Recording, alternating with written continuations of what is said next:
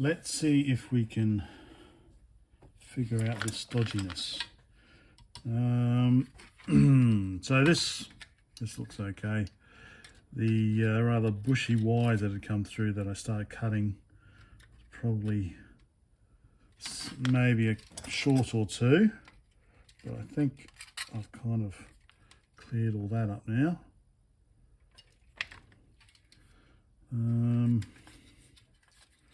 One of the stickers came off. Okay. So enter doesn't seem to work. Oh, well, maybe it does. I don't know. Maybe. Anyway, so this region where the keyboard is looks really dodgy. Let's go mobile. So yeah, I'm wondering, where is the audio? Maybe this is audio. Maybe, I don't know. All right, let's have a closer look. Okay, so I don't really like that. I don't really like this. Seems to be connected.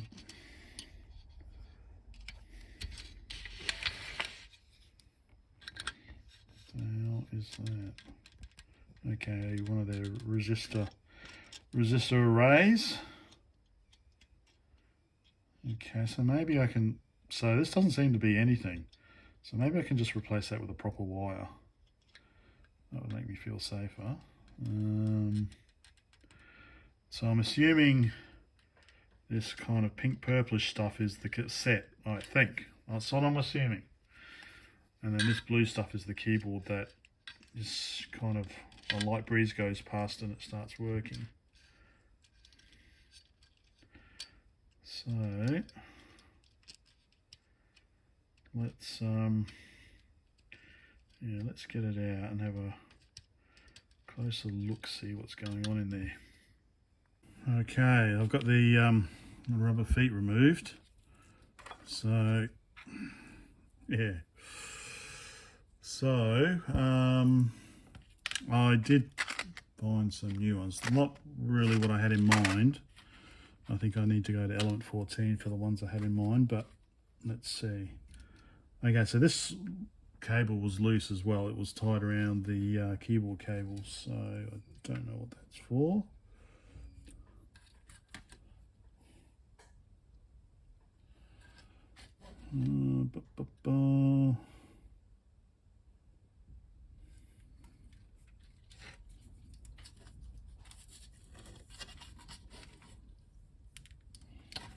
Okay. How am I going to do this?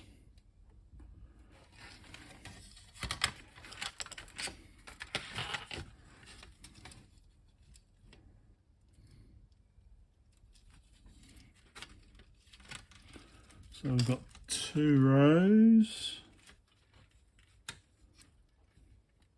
by the looks of it.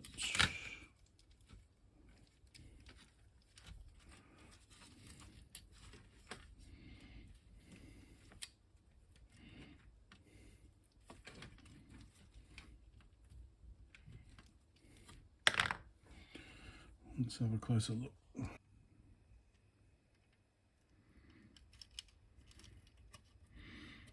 So I don't know. Maybe give it a little bit of a clean in there. Nothing obvious. Well, nothing obvious I can see looking through the camera. Might have to look it through the loop. But yeah, I want to replace that bare metal there. Because also it could have been not just the, I think it was the keyboard that jiggled that made it work, but maybe, I don't know.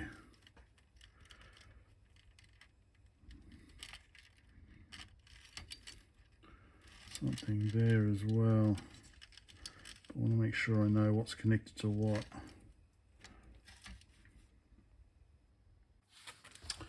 Right, so I've had a look at the manual that came with it. well, so we've got the power. So original was crossed out.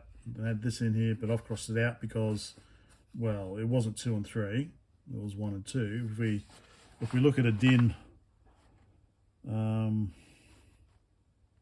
plug socket, I can never remember. So obviously it's reverse, depending whether it's male or female. It goes 1, then it goes 2 down the bottom, then it goes 3 up the top there, and then we go back 4 and fill in the 4 and the 5. So it's definitely 1 and 2 for the power, with 2 being ground and 1 being 5 volts. Now the television, the video, so this is correct. This is the pinout that I'm using. So I don't know what this AV BRG, because definitely pin 2 was ground, pin 1 was blue. So that's correct. Joystick obviously. So up here is actually the cassette input and output. So that would be, I guess, this one here. That would be cassette input and output, which makes sense. You've got ground and you've got input output. So what the hell is this then? Never walks anywhere, he runs everywhere. So what on earth is this for then? So there he goes, running back again, off over by itself. So we've got power, we've got cassette input output, we've got RGB, we've got joystick. There he goes, running again. Just trying to think, what else do we have? So that's all that's listed here. We've got the 4 inputs. So we've got this 5th one.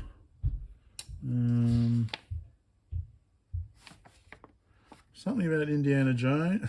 Anyway. Yeah. So I am perplexed what this is for. Anyway, so for the keyboard, get back to the keyboard. I've just drawn up a quick mapping. So basically I've said this is 1 to 13 across there, and then we have two rows. We've got row A at the top, row B at the bottom. So I've just mapped them. So because I can see there is some very flaky wires here. I'm wondering, because this is all going to be 2.5 mil, not 2.5 mil, about whether I should just put some header pins in here. Sorry, down here. Wondering whether I should just put some header pins here and then just solder on some cables and just plug them in.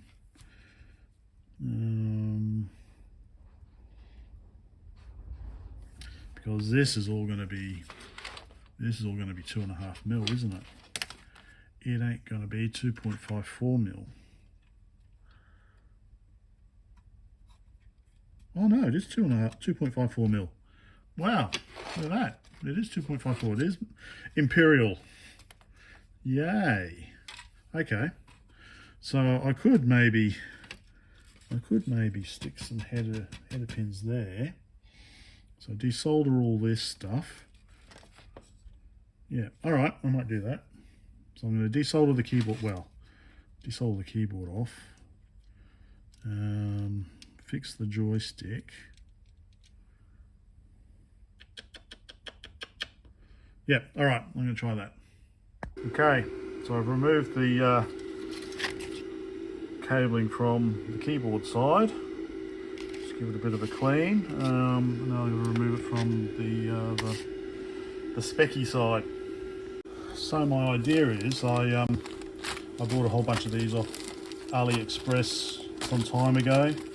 So we've got a 3-way, we've got 4, 5, got a 4-way, 2 and 8. I probably should buy some more. So just makes life so much simpler sometimes. We've got so we've got on here, one row is 5 and one row is 8. So the idea is that I could stick this on the keyboard side. I'll probably shorten it, and then just on this side just plug it in. That's the idea. So that's an 8-way. That's the second row, and I just need the 5-way.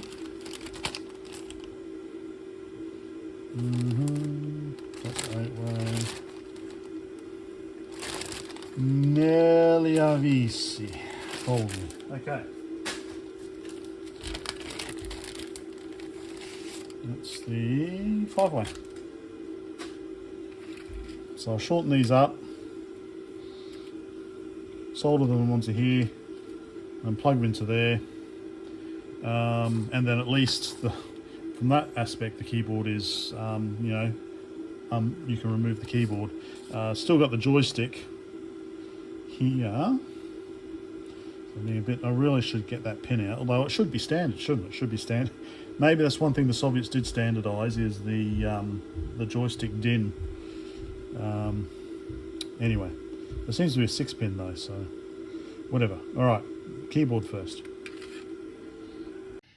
So you have to be careful putting not to put too much heat on these old boards, so the tracks don't come up. But I've just noticed this track. No, this wasn't me. This track for the keyboard was sitting up. So I don't know if that was what was causing the problems. Seems to be a bit dodgy.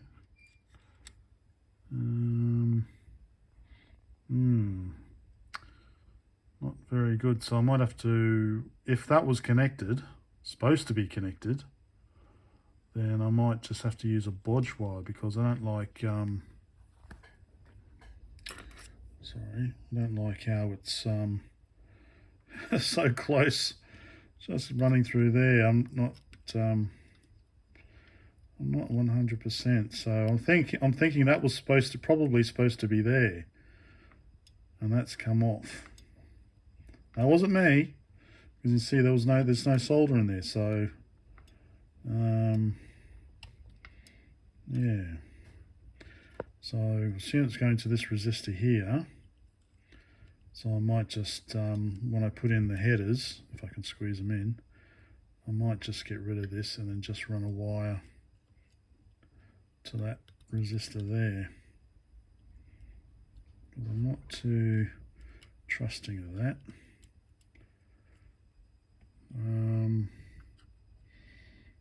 And I think this one's just, that one's might, yeah.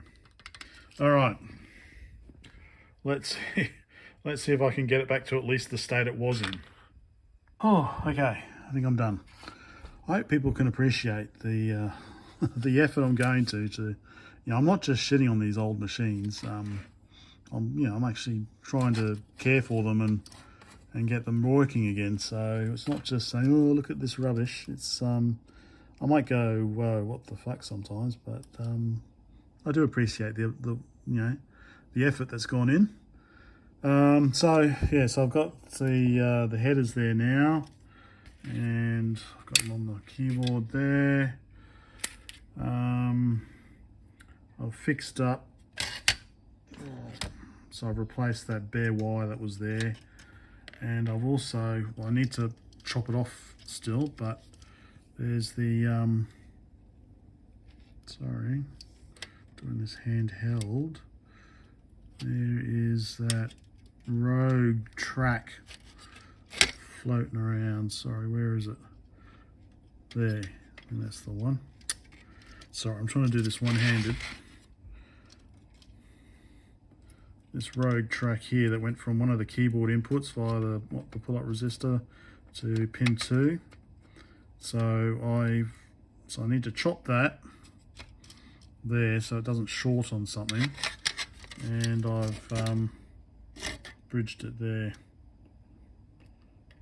So my effort's not any better than their effort. So so hopefully that fixes up the keyboard, and then maybe whatever was causing the intermittent stuff. All right, so let's give it a try. Okay, so this looks familiar. Sync, not syncing.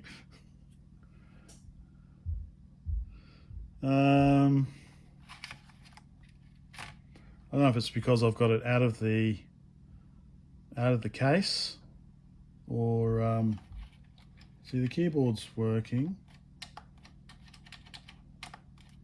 well, as much as it was before. There's no sync. Well, the sync is very bad again.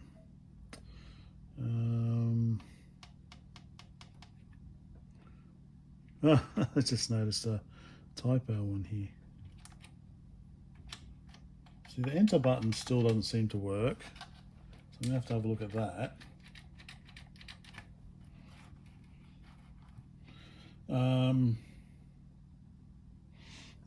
Let's move closer. I've just noticed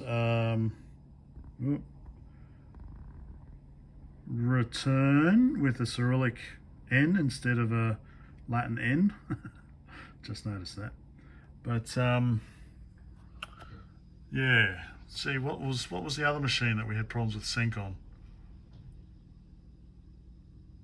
Was it this one? We're having problems with the sync? I can't remember now. Maybe we were having issues with this. What was the other machine I was just working on? Was it this one? Oh, I can't remember. No, it was the Moldovan BYTE. It basically had this sort of sync issue as well, didn't it? Reset. See, again, if it's in reset, then sync's fine. Out of reset, we lose sync again, just like the Moldovan BYTE. Interesting. So it seems to be working better. Yeah, that's the H button getting stuck down because it's a shit keyboard. Enter doesn't seem to work. Symbol, shift, extend. Yeah, okay. So we're getting there, I think. Maybe it's a common, let me just move over. Maybe it's a common issue, sync on these machines. So what's that? So summary is, okay, I've got the keyboard redone up there. A bit windy today. Okay, so we've got power, cassette input output, RGB, joystick, and something. External keyboard, maybe? Maybe another keyboard? Anyway, I better fix up that joystick, hadn't I? Yeah. All right, so I think that's been a bit of work today, so fixing up the keyboard. I'll have to leave it there whilst we figure out the sync issues on the BYTE and this one. Okay, now maybe start work on the Enterprise. Or should I start work on all the TI 94As I've got? Or the Commodore 128 DCR? Anyway, all right. So I'm getting there. I'm going to get this working. I'll do some research on sync issues. And yeah, like I said, if you've made it this far, I have got to go away for 2 weeks for work. So it'll probably be Mega 65 and Infocom Adventures because I can take that with me. Okay, bye for now. Thanks for watching. And I'm back, and I just noticed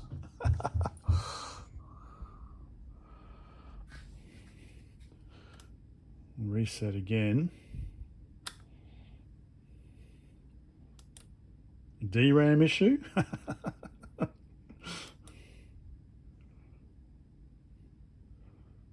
Okay, so maybe when you let it run for a while, when you let it warm up,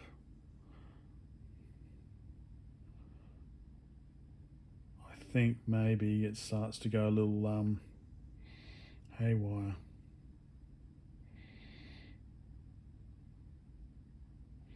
All right, I'm going to leave it run for a bit and then come back and just see if it's gone corrupted. Okay, so it's been a few minutes. It hasn't gone to garbage, but randomize, it's just spelled wrong. Shouldn't be an S because it's English. Whatever. R's turned into a 0. And seems to have crashed.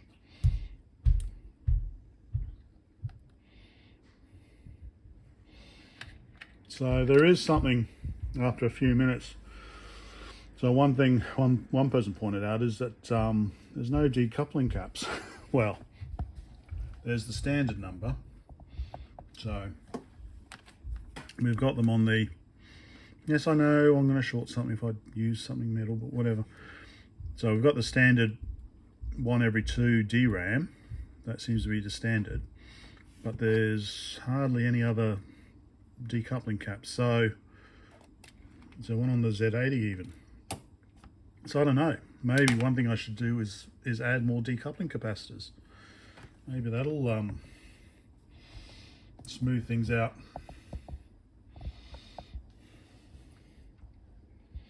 Anyway, that's all for now. I'm going to try see if I can get started on the Enterprise.